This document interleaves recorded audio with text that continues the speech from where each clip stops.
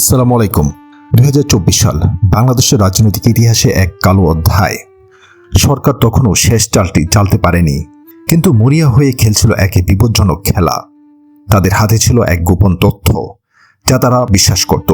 সেই তথ্যের উপর ভিত্তি করে তারা জামাত শিবিরকে নিষিদ্ধ করার এক ভয়ঙ্কর পদক্ষেপ নেয়। তারা ভেবেছিল এই নিষেধাজ্ঞার প্রতিবাদে রাজপথে নেমে আসবে জামায়াত। তারপর শুরু হবে দমন পীড়ন, যা আন্দোলনকে স্তব্ধ করে দেবে। কিন্তু তাদের সেই হিসাবটা সম্পূর্ণ ভুল ছিল। জামায়াত তখন কি বলেছিল জানেন? তাদের সেই ছোট্ট একটি কথা আজ সত্যে পরিণত হয়েছে। কি ছিল সেই কথা, আর কিভাবে একটি ভুল পদক্ষেপ আওয়ামী লীগকে ক্ষমতা থেকে চিরতরে বিদায় নিতে বাধ্য করল?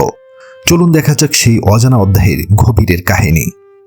জুলাই মাসের সেই উত্তাল সময়ে আওয়ামী লীগ সরকার জামাত শিবিরকে সন্ত্রাসবাদের অভিযোগে নিষিদ্ধ ঘোষণা করে।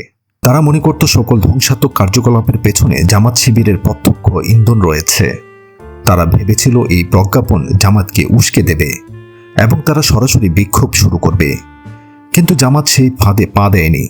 তারা কেবল বলছিল, যারা আজ জামায়াতকে নিষিদ্ধ করছে, সময়ের ব্যবধানে বাংলাদেশ থেকে তারাই চিরতরে নিষিদ্ধ হয়ে যাবে। তাদের এই কথা অক্ষরে অক্ষরে ভুলে গিয়েছিল। এই নিষেধাজ্ঞার মাত্র 4 দিনের মাথায় আওয়ামী লীগকে তল্পিতল্পা গুটিয়ে দেশ ছাড়তে হয়েছিল। ওই সময়টায় যদি শেখ হাসিনা ক্ষমতায় থেকে না সরতেন, তাহলে শুধু নাহিদদের নয়, জামাত শিবিরের উপরও নেমে আসত এক নির্মম জুলুমের নতুন ঢেউ। কারফিউ চলাকালীন সময়ে অসংখ্য শিবির নেতাকে তুলে নিয়ে যাওয়া হয়েছিল। ডিবি অফিসে চালানো হয়েছিল অকথ্য নির্যাতন। ঢাকা দক্ষিণের এক থানা সভাপতি মাসরুলকে ইলেকট্রিক শক দিয়ে জ্ঞান হারানোর আগ পর্যন্ত টর্চার করা হয়েছিল। জামাত শিবিরকে আবারও 2012 থেকে 2016 সালের সেই দুঃসহ দিনগুলোর মুখোমুখি হতে হতো, যার ভয়াবহতা কেবল তারাই জানে যারা সেই সময়টা পার করেছে। এবার আসি আরেকটি প্রসঙ্গে। বর্তমানে জাতীয় নাগরিক পার্টি বা ছাত্র শক্তির কিছু নেতা দাবি করেন তাদের কারণে বিপ্লব সফল হয়েছে। তারাই নেতৃত্ব না দিলে নাকি হাসিনার পতন হতো না। কিন্তু তাদের কাছে আমাদের কিছু সহজ প্রশ্ন আছে। বিপ্লবের আগে ঢাকা বিশ্ববিদ্যালয়ে তাদের লোকবল কত ছিল? দেশের অন্য কোনো বিশ্ববিদ্যালয়ে তাদের কোনো কমিটি ছিল কি? 5 আগস্টের আগে কি তাদের এমন কোনো সাংগঠনিক কাঠামো ছিল যা বিপ্লবে নেতৃত্ব দিতে পারত? আসলে তাদের সারা দেশে একটি কমিটিও ছিল না।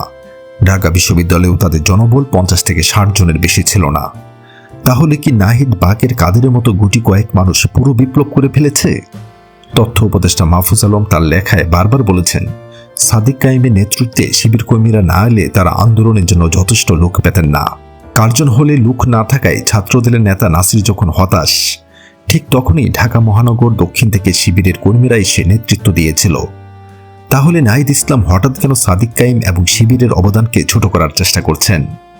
হাসিনার পতনের পর যখন আপনারা সবাই উপদেষ্টার পদ, ক্ষমতা আর অর্থ উপার্জনের প্রতিযোগিতায় নেমে পড়েছিলেন, তখন সাদিক কায়েমের মতো নেতারা হাসপাতালের আহতদের পাশে দাঁড়িয়েছিলেন। তাদের সংগঠন স্টুডেন্ট এগেইনস্ট অপারেশন দেশ জুড়ে আহতদের তালিকা তৈরি করেছে।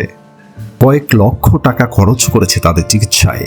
তারাই প্রথম শহীদদের তালিকা তৈরি করে তাদের পরিবারের পাশে দাঁড়ায় এবং আর্থিক সমস্যা সমাধানে চেষ্টা করে। এরপর গঠিত হলো শহীদ স্মৃতি ফাউন্ডেশন। সাদিক কায়েমরা ভেবেছিলেন সরকার যখন দায়িত্ব নিচ্ছে তখন শহীদ পরিবার এবং আহতদের পুনর্বাসন হবে।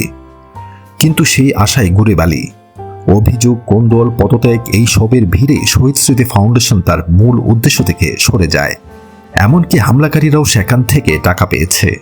কিন্তু সাদিক কায়েম কি থেমে গেছেন? না, তিনি থামেননি। সাদিক কায়েম আর তার সংগঠন শহীদদের নিয়ে 12 খণ্ডের বই প্রকাশ করেছে। প্রয়োজন অনুযায়ী প্রত্যেক শহীদ পরিবারকে 2 লক্ষ এবং তারও বেশি টাকা আর্থিক অনুদান দিয়েছে। আপনারা তার অবদানকে অস্বীকার করতে পারেন, কিন্তু এটা মাথায় রাখবেন, সাদিক কায়েমরা শুধু দিতেই জানে, নিতে নয়। আপনারা 5 আগস্টের পর থেকে কেবল নিয়েই গেছেন। কেউ উপদেষ্টার পদ, কেউ বাড়ি গাড়ি। আপনাদের চেহারায় আভিজাত্যর ছাপ, পেট দেখলে বোঝা যায় গত 12 মাসে পকেটে কত কোটি টাকা ঢুকেছে। কিন্তু সাদিক কায়েমের দিকে তাকিয়ে দেখুন, তার আর্থিক বা শারীরিক কোনো পরিবর্তন আসেনি। যদি সাদিক কায়েম অন্য কোনো দলের নেতা হতেন, তাহলে তাকে এমপি মন্ত্রী বানানো হতো, তাকে মাথায় তুলে রাখা হতো। সাদিক কায়েমরা সেই পথে হাঁটেননি। সময় সবকিছুর বিচার করে জামাত শিবিরকে আপনারা যত নিচে নামানোর চেষ্টা করবেন, ততই শেখ হাসিনার করুণ পরিণতির দিকে ধাবিত হবেন।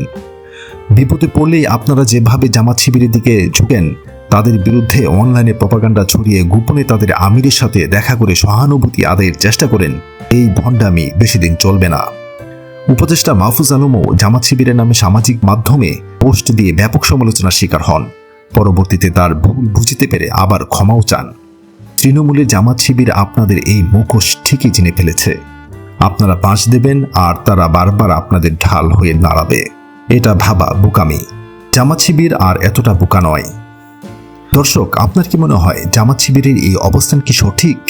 কমেন্ট বক্সে আপনার মতামত জানান। আর এই চ্যানেলে নতুন হয়ে থাকলে অবশ্যই সাবস্ক্রাইব করে বেল আইকনটি বাজিয়ে রাখুন, যাতে পরের ভিডিওটি মিস না হয়। ধন্যবাদ।